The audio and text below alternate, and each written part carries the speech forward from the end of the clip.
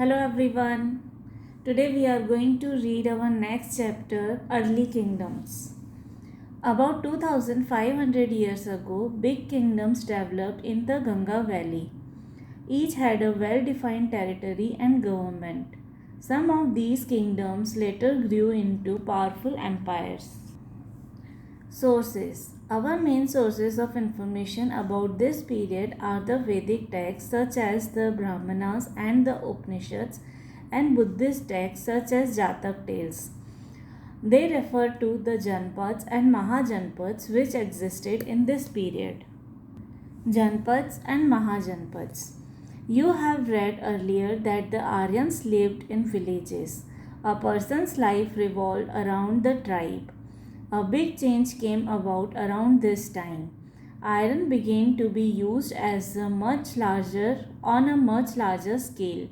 The thick forest of the Ganga plain had not allowed expansion in this region. But now iron tools helped people to clear the forest where later bigger settlements developed. The small tribes of the earlier period gave way to large kingdoms. These territories came to be called Janpads. The larger and more powerful Janpads were called Mahajanpads. To do. See the map on page 35. Make a list of all the Mahajanpads shown. There were 16 Mahajanpads in the Ganga Valley in the 6th century BCE. They were named after the ruling or the most important tribe in the area. Each Mahajanpad had a capital which was generally fortified. Huge walls of stone or brick were built around the city.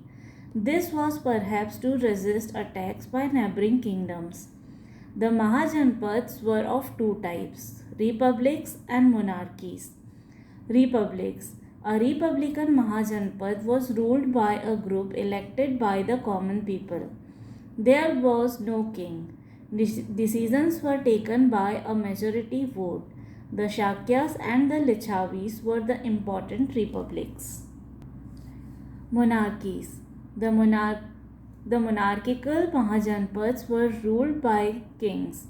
The king was very powerful. He had a large army and many sources of revenue. Kingship was hereditary. The king's son succeeded him to the throne.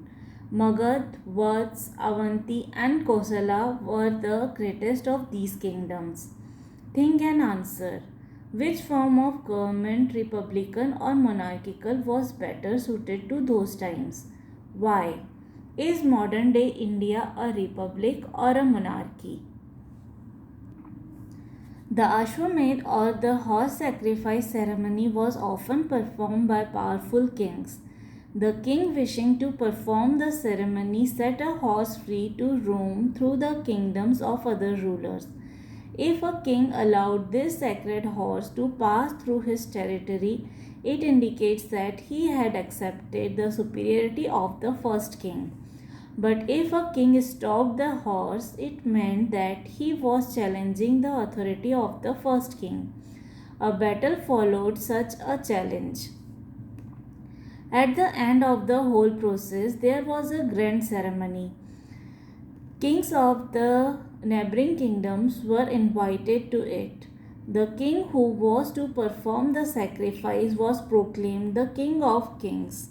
Priests chanted tales of his glory, performed rituals, and sprinkled sacred water on him. At the end of the ceremony, the horse was sacrificed as a gift to the gods. Taxation. Large armies required more money. Therefore, kings began to collect taxes on a regular basis. They appointed officers to collect taxes from the people. Most people were farmers, so agriculture was the main source of revenue. The farmers gave 1/6 of their produce to the king. This was called bhag or share of the produce. During this time, the farmers began to produce more from their land. This was because of two factors. First, the iron plough came to be used on a larger scale. It was an improvement over the wooden plough. Second, the practice of transplanting paddy, that is, growing saplings separately and then planting them in the fields, became common. This ensured that many more plants survived and hence more grains were produced. Increased production meant that the king got a greater share of the revenue. There were other sources of revenue. Craftsmen such as carpenters, potters, and weavers paid taxes, either in cash or kind or by offering free services to the king. There were also taxes on buying and selling of goods. Trade. Trade got a boost during this period due to the introduction of money. Until this time, trade had been carried through barter. Now, coins of silver and copper, punch-marked coins, began to be used. This led to an increase in trade. Inland trade was brisk. Goods were sent far and wide. Bimbisara, the king of Magad, built roads and bridges throughout his empire. This encouraged trade. Besides land routes, trade was carried out through sea routes. The main articles traded were silk, muslin, perfumes, and ivory. Towns. Villages that grew in size became towns. Towns also grew around centers of trade and craft. Sometimes artisans and craftsmen came together to work as a group. These places developed into towns. Ujjaini, Vaishali, Ayodhya, Kaushambi, Tamralipti, and Champa were some important towns of this period. Society. The people were grouped into Varnas. There were 4 Varnas: Brahmins, Kshatriyas, Vaishyas, and Shudras. These Varnas were decided on the basis of birth. This means that if a person was born in a Brahmin family, that person would automatically become a Brahmin. People of different Varnas performed different tasks. The Brahmins were expected to teach the Vedas and perform religious rituals and sacrifices. The Kshatriyas were warriors and fought wars. The Vaishyas were involved in trade and agriculture.